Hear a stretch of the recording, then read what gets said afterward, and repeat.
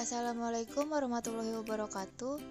Saya Aulia Sari dengan NPM 1810631050064 dari kelas 6B dengan mata kuliah program komputer.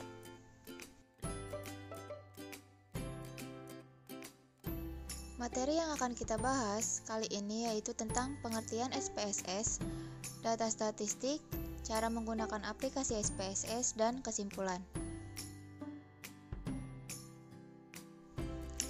Pengertian SPSS. SPSS adalah kependekan dari Statistical Package for the Social Science. SPSS adalah aplikasi yang digunakan untuk melakukan analisis statistika tingkat lanjut, analisis data dengan algoritma machine learning, analisis string, serta analisis big data yang dapat diintegrasikan untuk membangun platform data analisis. SPSS biasanya digunakan untuk pengolahan dan menganalisis data yang memiliki kemampuan analisis statistik, serta sistem manajemen data dengan lingkungan grafis. Berikut ini adalah data yang akan diuji, di mana data tersebut diambil dari skripsi yang berjudul Meningkatkan Kemampuan Penalaran Matematis Ditinjau dari Kemampuan Awal Siswa SMK dengan Pendidikan Matematika Realistik Indonesia atau PMRI untuk materi program linear. Penulis dari skripsi tersebut yaitu Tuti Solihat.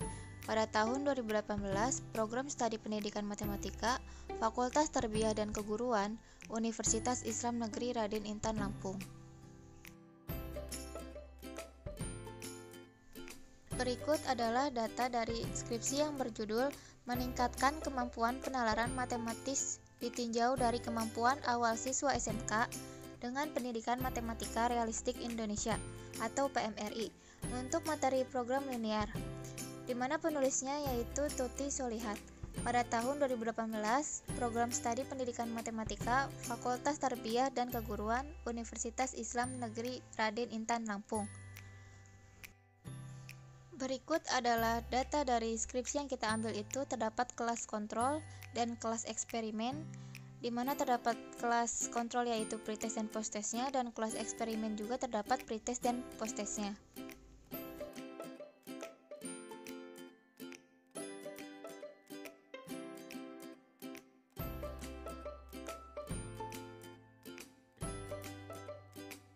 Kita pindah ke SPSS. Nah, di mana di sini itu kita ke variabel view-nya, di namanya itu pretest 1 dengan label pretest kelas eksperimen dan pretest 2 dengan label pretest kelas kontrol, dan posttest 1 dengan label posttest kelas eksperimen, posttest 2 dan labelnya itu posttest kelas kontrol.